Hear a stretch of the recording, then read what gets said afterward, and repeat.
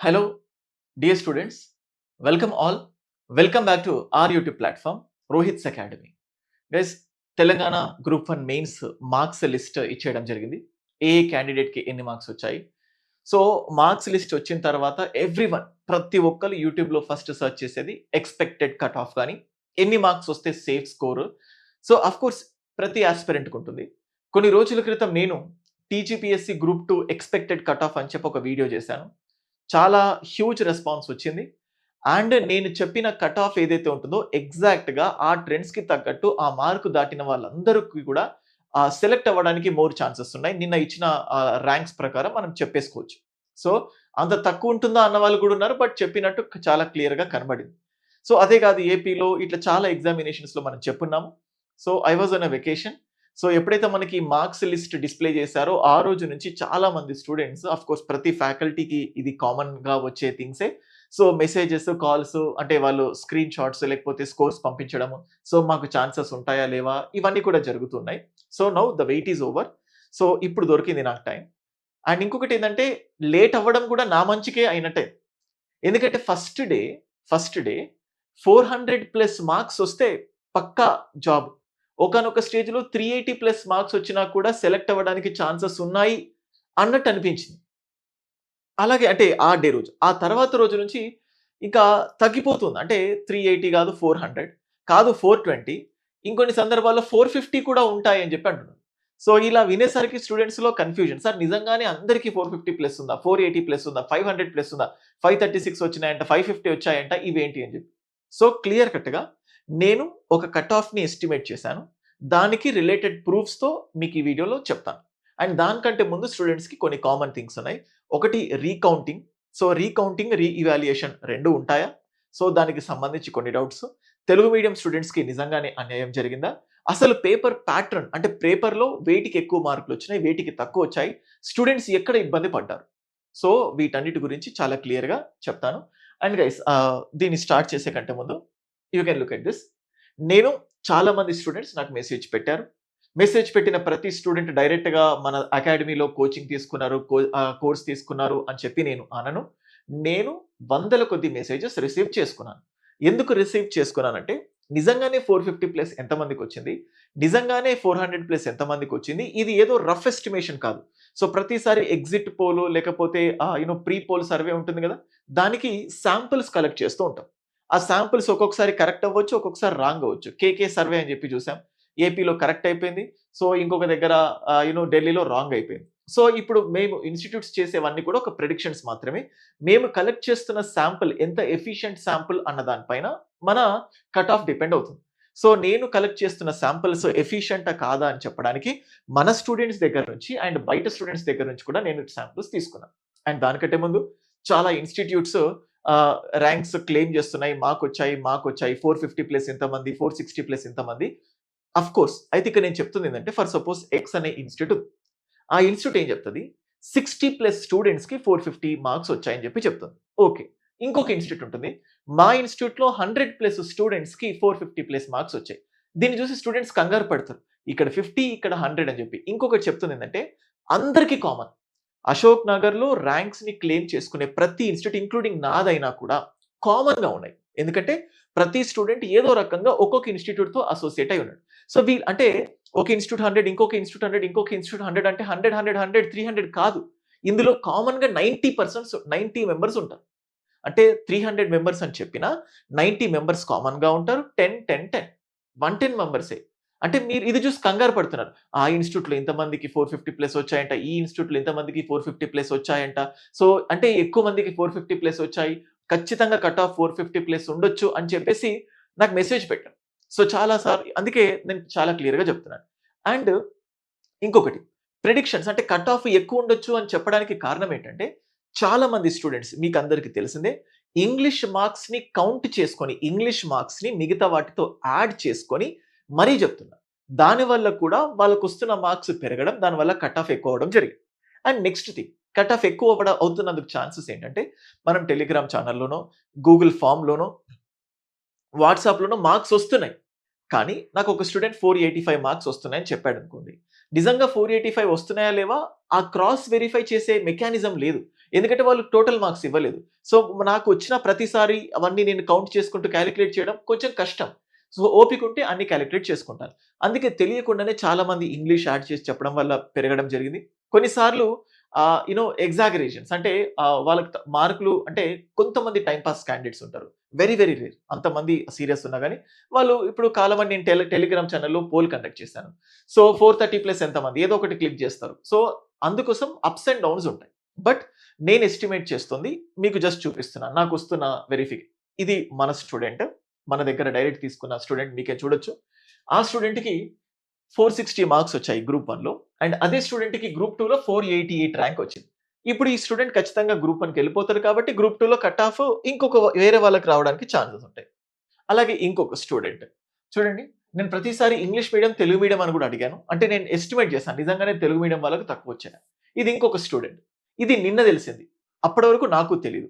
So, 504 ఈనాడు పేపర్‌లో కూడా తన గురించి ఇవ్వడం జరిగింది. సో, ఆ స్టూడెంట్ మనకు రాసిన టెస్టిమోనియల్. సో, ఇది సార్.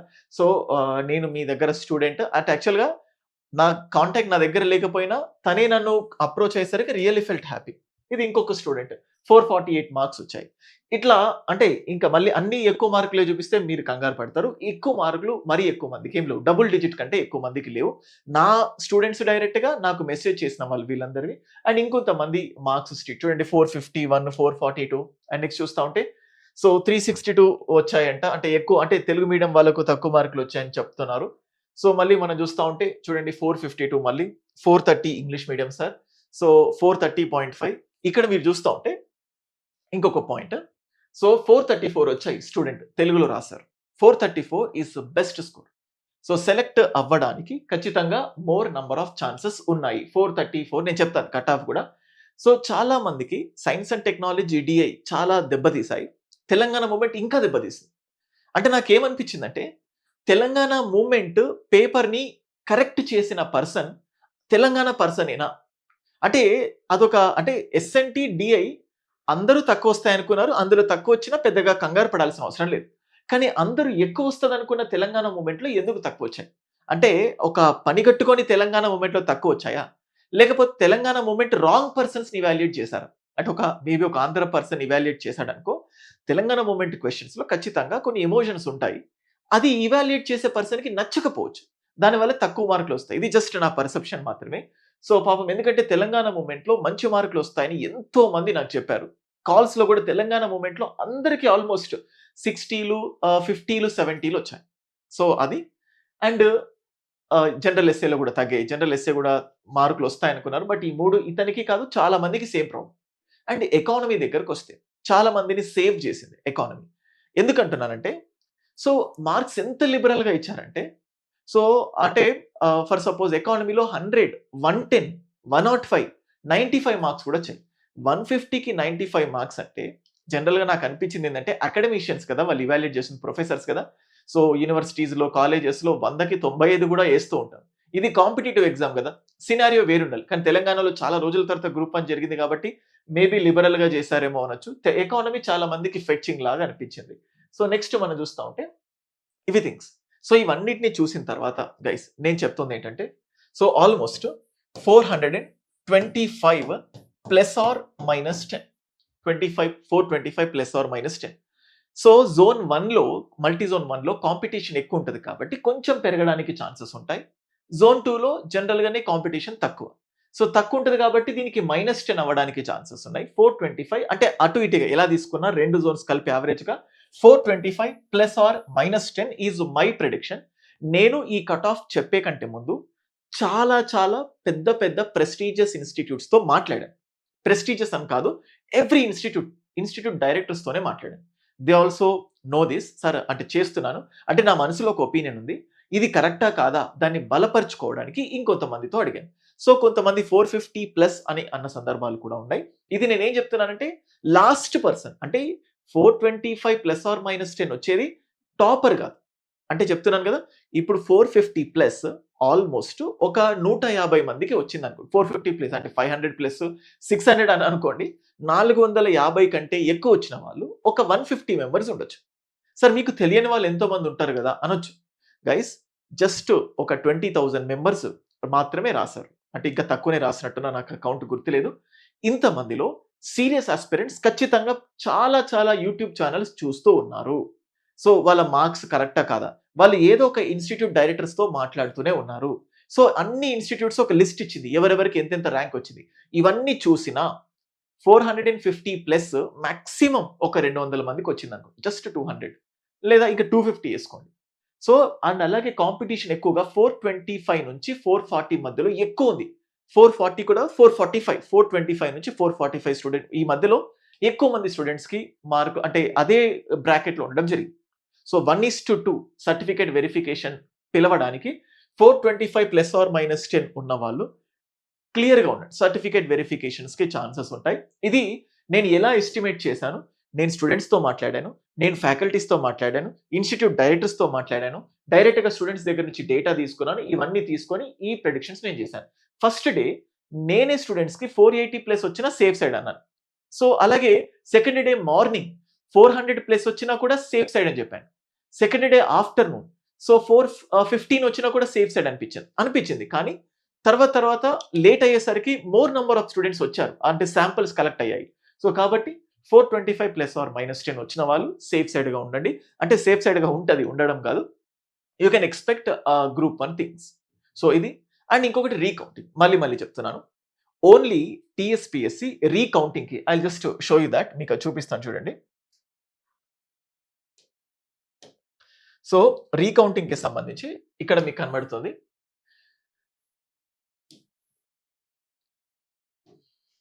15 డేస్ అంటే 19థ్ వరకు ఛాన్స్ ఉంది. రీకౌంటింగ్. రీకౌంటింగ్ మాత్రమే ఉంది. దీన్ని మీకు వెబ్ నోట్ అంటే టీజీపీఎస్సీ వెబ్ నోట్ నుంచి డౌన్‌లోడ్ చేశాను. రీకౌంటింగ్. రీవాల్యుయేషన్ లేదు. కొంతమంది స్టూడెంట్స్ జనరల్‌గా మనకు ఇంటర్మీడియేట్‌లో లేకపోతే 10థ్ క్లాస్‌లో ఇవాల్యుయేషన్ ఉంటుంది కదా! కొంతమంది అందరు కాదు అనుకుంటున్నారు. మళ్ళీ మొత్తం ఇవాల్యుయేట్ చేసి మార్క్స్ ఏమైనా వేయొచ్చా అని చెప్పి. ఇక్కడ ఇవాల్యుయేషన్ లేదు. అంటే రివాల్యుయేషన్ లేదు. Only recounting. కౌంటింగ్ మాత్రమే. మనకు జనరల్‌గా స్కూల్ డేస్‌లో పేపర్ ఇచ్చినప్పుడు మొత్తం 1, 2, 3, 4 కౌంట్ చేసి సార్ కౌంటింగ్ మిస్టేక్ అంటుంటాం కదా! రీకౌంటింగ్ మాత్రమే ఉంది. అయితే ఇక్కడ రీకౌంటింగ్‌లో కూడా చాలా క్లియర్‌గా చెప్తున్నాను. మార్కులు పెరగడానికి లేదా మార్కులు తగ్గడానికి చాలా తక్కువ ఛాన్సెసే ఉన్నాయి. చాలా తక్కువ ఛాన్సెస్. ఎందుకంటున్నానంటే మార్కులు పెరిగాయనుకోండి. ఫర్ సపోజ్ ఒక స్టూడెంట్‌కి 15 మార్కులు పెరిగాయి. ఈ టైమ్ గ్యాప్‌లో. అప్పుడేమవుతది అప్లై చేయని వాళ్ళందరికీ ఇంకొక డౌట్ పుట్టుకొస్తది. నాకు కూడా పెరిగుండొచ్చేమో!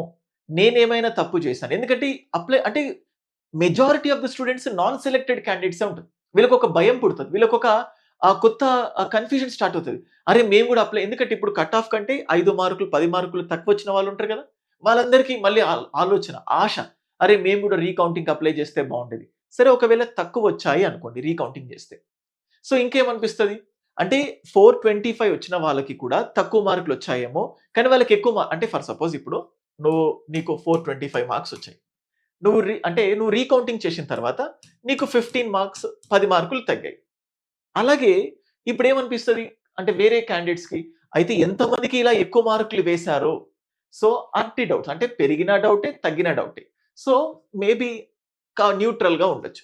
సో, అంటే కౌంట్ పెరిగినా వాళ్ళు అబద్ధాలు చెప్తారని చెప్పను. బట్ ప్రాబ్లమ్స్ గురించి చెప్తున్నాను. దీనికంటే బెస్ట్ సొల్యూషన్ ఏందంటే టీజీపీఎస్సీయే అందరి పేపర్స్‌ని మళ్ళీ ఒకసారి సైంటిఫికల్‌గానో లేకపోతే మళ్ళీ ఒక పర్సన్స్‌ని పెట్టి రీకౌంటింగ్ చేపిచ్చేసి పెడితే అయిపోతది. దానికోసం ఒక్కొక్క పర్సన్ నుంచి మనీ అంటే చెప్తున్నాను జస్ట్ అంటే క్రెడిబిలిటీకి అంటే మార్కులు పెరిగినా స్టూడెంట్స్‌కి అనుమానం వస్తది.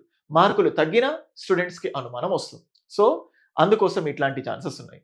I hope this video finds very helpful for you. And ఎవరైతే ఇంకా తక్కువ మార్కులొచ్చాయో, సెలెక్ట్ కాలేకపోయారో, సో, నేను చాలా మీ వైపు మీకు అండగా చెప్తున్నాను. సో, మొన్న వచ్చిన ఎగ్జామినేషన్ పేపర్ చాలా deadly easy question paper. So, కొంచెం ఎక్కువగా ప్రిపేర్ అయ్యుంటే బావుండేదని అనిపించింది. నెక్స్ట్ ఖచ్చితంగా తెలంగాణలో గ్రూప్ 1 నోటిఫికేషన్ ఉన్నది. వస్తది. 450 పోస్ట్‌లతో అని చెప్పి మనం అంతకుముందు చాలా వీడియోస్‌లో చాలా మంది చెప్పడం చూసాము. సో, ఇప్పటి నుంచైనా సీరియస్‌గా గ్రూప్ 1 ప్రిపేర్ అవ్వాలనుకుంటే స్టార్ట్ ప్రిపేరింగ్. మెల్లిమెల్లిగా ఒక్కొక్క అడుగు. నాకిక్కడ జరిగిన ఐరనీ అంటే షాకింగ్ థింగ్స్ ఏందంటే స్టూడెంట్స్ ఒక ఇద్దరు, ముగ్గురు స్టూడెంట్స్ 442 వచ్చిన ఒక స్టూడెంట్ అండ్ 457 వచ్చిన ఒక స్టూడెంట్. ఈ ఇద్దరు సార్ అసలు నేను కంప్లీట్‌గా సెల్ఫ్ స్టడీ చేశాను. అప్పుడప్పుడు ఇట్లా యూట్యూబ్‌లో వచ్చే జనరల్ రాండమ్ వీడియోస్ చూసాను. అందులో మీ వీడియోస్ కూడా కొన్ని చూసేవాడిని. అలా మీ కాంటాక్ట్ నంబర్ వచ్చింది. నేను ఎక్కడా టెస్ట్ సీరీస్ చేయలేదు. అట్లాంటి వాళ్ళకి కూడా వచ్చింది. అంటే ఇట్స్ డిపెండ్స్. అంటే నీకు స్కిల్ ఉంటే you can do anything. So, group 1 అనేది కష్టం అనే కాన్సెప్ట్ లేదు. చాలా మందికి మంచి మార్కులొచ్చినాయి. చిన్న చిన్నగా కొంచెం కష్టపడ్డా కూడా you can be in the list. అందుకే ఇప్పటి నుంచి ప్రిపరేషన్ స్టార్ట్ చేయండి. సో, లాంగ్ టర్మ్‌గా ప్రిపరేషన్ కావాలనుకునే వాళ్ళకు నేను జస్ట్ నా పర్సనల్ నంబర్ ఇస్తున్నాను. 9110556858. ఎందుకంటే సిలబస్ అయిపోయి ఇప్పుడు ఎగ్జాక్ట్‌గా మెయిన్స్ ఓరియెంటెడ్‌గా ఎలా ప్రిపేర్ అవ్వాలనుకునే వాళ్ళకు కొన్ని డౌట్స్ ఉంటాయి. సో, అలా పర్సనల్ సూపర్విజన్, పర్సనల్ మెంటార్‌షిప్ కావాలనుకుంటారు. మన దగ్గర పర్సనల్ మెంటార్‌షిప్ సో, కొన్ని వందల మంది జాయిన్ అయ్యారు. సో, అందులోంచి ఆల్‌మోస్ట్ హ్మ్, క్లియర్‌గా నా దగ్గర కోర్స్ తీసుకున్న వాళ్ళు, నా దగ్గర మెంటార్‌షిప్ తీసుకున్న వాళ్ళలో ఆల్‌మోస్ట్ 65+ స్టూడెంట్స్ అంటే ఈ మొత్తం 563 పోస్ట్స్‌లో ఖచ్చితంగా 65+ direct from our academy. So, నేను చాలా అంటే స్టూడెంట్స్‌కి ఎగ్జామ్‌లో అంటే మెయిన్స్ ఆన్సర్ రైటింగ్ ఎలా ఉంటది? ఏంటి? సో, ఎలా ముందుకెళ్ళాలి? ఇవన్నీ ఇచ్చి బెస్ట్ కంటెంట్ ఇచ్చి సో, అన్ని ఇన్‌స్టిట్యూట్స్‌లో మాదిరిగానే సో, ఆల్‌మోస్ట్ 65+ స్టూడెంట్స్‌కి నాతో కమ్యూనికేషన్‌లో ఉన్న వాళ్ళకి సో, 425+ మార్క్స్ వచ్చాయి. So, that shows my credibility. So, మీకు best content from the basics నుంచి హై లెవెల్ కావాలంటే గ్రూప్ 1కి సంబంధించిన long term course Rohit's academy యాప్‌లో ఉంది. లేదా కంటెంట్ మొత్తం అయిపోయింది. ఓన్లీ మెంటార్‌షిప్ కావాలి, లేకపోతే ఓన్లీ టెస్ట్ సీరీస్ కావాలనుకుంటే సో, దానికి సంబంధించి ఏదైనా ఇన్ఫర్మేషన్ కావాలంటే ఇక్కడ ఇస్తున్న నంబర్‌కి మీరు మెసేజ్ చేయండి, లేకపోతే కాల్ చేయండి. I will contact with you. లేదా గ్రూప్ 1కి సంబంధించిన ఏ డౌట్స్ ఉన్నా కానీ just keep a message to me. Thoughts it. I hope ఈ వీడియో మీకు హెల్ప్ అయిందని అనుకుంటున్నాను. సో, నో అఫెన్స్ ఎవరికీ అఫెండ్ చేయలేదు. అండ్ నెక్స్ట్ తెలుగు మీడియం వాళ్ళకు తక్కువ మార్కులు రావడం.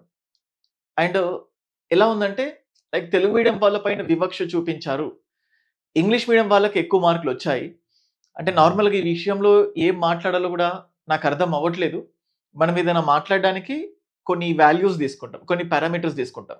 ఒక సబ్జెక్ట్‌లో ఇంగ్లీష్ మీడియం వాళ్ళకి ఎన్నొచ్చాయి, తెలుగు మీడియం వాళ్ళకి ఎన్నొచ్చాయి, టోటల్ సెలక్షన్స్‌లో ఎంతమంది ఇంగ్లీష్ మీడియం, ఎంతమంది తెలుగు మీడియం. సో, ఆబ్వియస్‌గా చాలా సీరియస్‌గా అంటే తెలుగు మీడియం స్టూడెంట్ జనరల్ ఎస్సేలో అండ్ తెలంగాణ మూవ్‌మెంట్‌లో చాలా ఎక్స్‌పెక్టేషన్స్ చేసుకున్నారు. చాలా మందికి జనరల్ ఎస్సేలో చాలా చాలా తక్కువ మార్కులొచ్చాయి. అంటే ఇప్పుడు నేను చెప్పాను. నాకు మార్క్స్ లిస్ట్ పెట్టండి. అవన్నీ మీకిక్కడ బోర్డ్ పైన డిస్‌ప్లే చేయలేదు. ఒక తెలుగు మీడియం ప్రాబ్లమ్ ఒక్కటి డిస్‌ప్లే చేశాను. అంటే మీ మార్క్స్ లిస్ట్‌తో పాటు మీడియం పెట్టండి అన్నాను.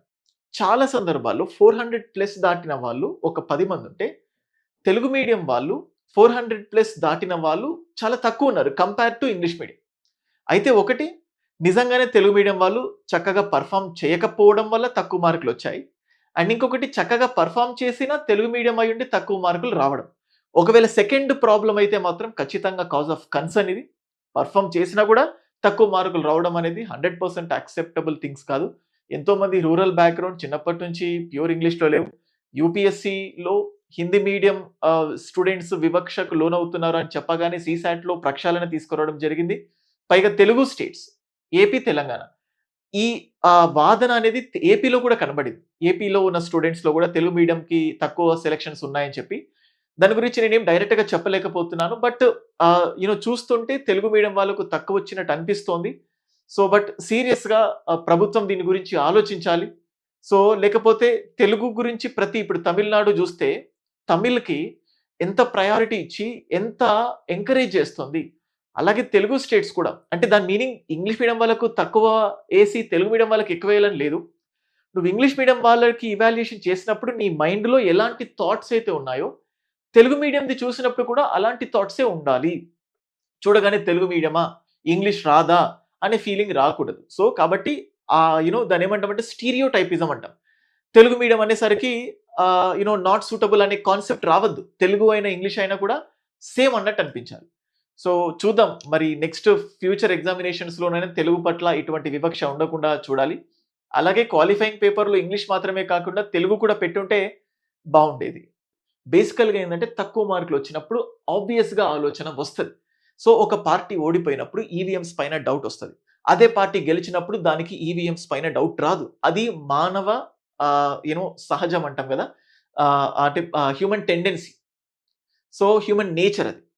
సో, అందుకోసం తెలుగు మీడియం వాళ్ళకు తక్కువొచ్చాయి అనిపిస్తోంది. సో, కొన్ని సందర్భంలో యెస్ అనిపిస్తోంది నిజంగానే తక్కువ మార్కులొచ్చాయని. కానీ ఓవరాల్‌గా జూస్తే మనం తప్పు పట్టలేం. ఒక ఒక తప్పు జరిగింది అని చెప్పడానికి ఒక శాస్త్రీయత అనేది ఉండాలి. సో, మనం ఇప్పుడు చూస్తే 435 ప్లస్‌లో 440 ప్లస్‌లో తెలుగు మీడియం వాళ్ళకొచ్చాయి. ఇంగ్లీష్ మీడియం వాళ్ళకొచ్చింది. ఆఫ్‌కోర్స్ అప్పర్ హ్యాండ్‌లో ఇంగ్లీష్ మీడియం వాళ్ళే more number of students select అయ్యారు. Everyone knows it.